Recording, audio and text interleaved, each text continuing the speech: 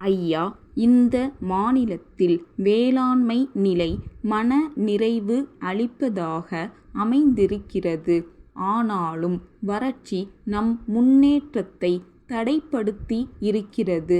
நம்முடைய தேவை போக உபரியாக உள்ள தானியத்தை கவனத்துடன் கணக்கிட்டு விற்பனைக்கு என்று உபரி தானியம் பெருமளவில் அரசாங்க கட்டுப்பாட்டில் இருந்தாக வேண்டும். இதன் மூலம் இதுதான் நாம் கையாளும் அணுகுமுறை என்று அரசாங்கம் குறிப்பிட்டிருக்கிறார்கள். அந்த கட்டுப்பாடு மிக மிக அவசியம். இந்த கட்டுப்பாடு இருக்கிற காரணத்தால் தான் இப்பொழுது ஏழை எளியவர்களுக்கு உணவு தானியங்கள் கிடைத்து வருகின்றன. இந்த கட்டுப்பாட்டை சொல்லுகிற நேரத்தில் முன்னால் இருந்த தட்டுப்பாடு என் கவனத்திற்கு வருகிறது. இப்பொழுதும் இவ்வளவு வறட்சி வந்த நேரத்தில் கூட, புயல் வெள்ள பாதிப்பு நேரத்தில் கூட தமிழகத்தில் எந்த இடத்திற்கு போனாலும் நம்மால் உணவு தானியங்களை பார்க்க முடிகிறது, கேட்டு விலைக்கு வாங்க முடிகிறது.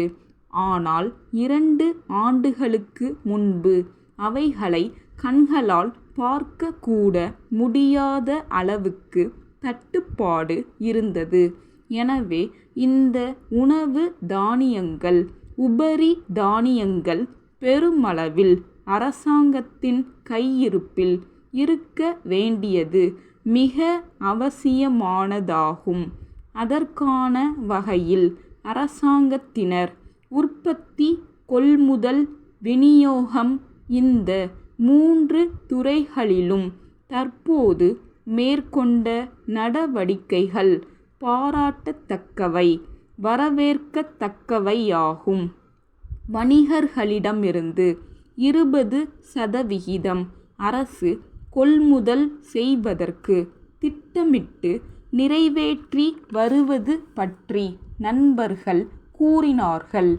உணவு பொருட்களை வழங்குகிற கழகம் அமைத்திடவும், அந்த கழகம் சில்லறை கடைகள் பலவற்றை சீராக பல்வேறு மாவட்டங்களிலேயும் சென்னையிலேயும் அமைத்து தானியங்கள் கொடுக்கிற வகையிலேயும் மேற்கொள்ளப்பட்ட நடவடிக்கைகள் பாராட்டத்தக்கவையாகும். மாநில அரசு முயற்சியால் மட்டுமல்லாமல் மத்திய நிதி வரி விதிப்பு கொள்கை மூலம் தான் விலைவாசியை கட்டுப்படுத்த முடியும். நான் இதை சொல்லுகிற போது இந்த அரசு இவைகளை அறிவித்த வகையிலேயும் உணவு தானியங்கள் ஏழைகளுக்கு, இல்லாதவர்களுக்கு, பாட்டாளிகளுக்கு கிடைக்காமல் போகக்கூடாது என்கிற வகையிலேயும் எடுத்திருக்கிற முயற்சிகள் பாராட்டத்தக்கவை என்பதை தெரிவித்துக் கொள்கிறேன். இந்த விலைவாசி ஏற்றத்திற்கு வரி விதிப்பு கொள்கை ஒரு முக்கிய காரணமாகும். வேளாண்மை உற்பத்தியை பெருக்குவது அவசியம். நியாயமான, நிலையான பொருளாதார வளர்ச்சிக்கு வேளாண்மை உற்பத்தி மிக அவசியம். நிரந்தரமான வேளாண்மை உற்பத்திக்கு உரம் அவசியமானதாகும். இந்த உர உற்பத்தி தொழில்களை உள்நாட்டிலே துவக்க வேண்டியதற்கும், வெளிநாட்டிலிருந்து உரத்தை இறக்குமதி செய்வதற்கும் நீண்ட கால திட்டம் வேண்டும். அதனுடைய அவசியத்தை மத்திய அரசு உணர்ந்து மிக அவசியமான இந்த காரியத்தை செயல்படுத்த வேண்டும் என்று இந்த நேரத்தில் நான் தெரிவித்துக் கொள்வேன். அடுத்து காலத்திற்கு ஏற்றவாறு நம்முடைய பாசன வசதிகளை சீராக்கிட வேண்டும். எனவே காவிரி பாசன ஏற்பாட்டை காலத்திற்கேற்றவாறு மாற்றியமைக்க வேண்டுகிறேன்.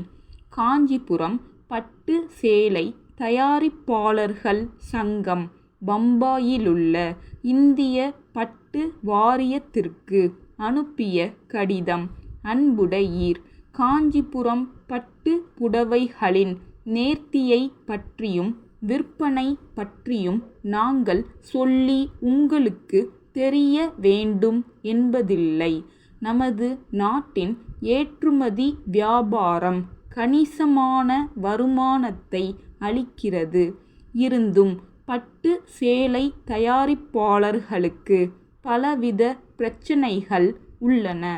இவைகளுக்கு தீர்வு காண வேண்டி இதை எழுதுகிறோம். உங்கள் வாரியத்தின் மூலம் எங்களுக்கு கிடைக்கும் கச்சா பட்டு எல்லா சமயங்களிலும் ஒரே தரமா இல்லை. இதன் காரணம் எங்களுக்கு விளங்கவில்லை. சேலை தயாரிப்பில் இதனால் ஏற்படும் மாறுதல்களை வாங்குபவர்களில் சிலர் நுணுக்கமாக பார்க்கிறார்கள். தரம் குறைந்துவிட்டது என்று தீர்மானித்து வாங்காமல் போகிறார்கள். சில சேலைகள் வியாபாரம் இன்றி தேங்கி விடுகின்றன. சில்லறை வியாபாரிகள் இது பற்றி எங்களுக்கு தெரிவிக்கிறார்கள். ஆகவே எங்களுக்கு ஒரே இடத்தில் திரட்டப்பட்ட கச்சா பட்டை குறிப்பாக மைசூரிலிருந்து சப்ளை செய்யுமாறு கேட்டுக் கொள்கிறோம். கைத்தறி முறையை விட இயந்திர முறையை கையாண்டால் சிறந்த ஜரிகை தயாரிக்கலாம் என்பதையும் தெரிவித்துக் கொள்கிறோம். தங்கள் உண்மையுள்ள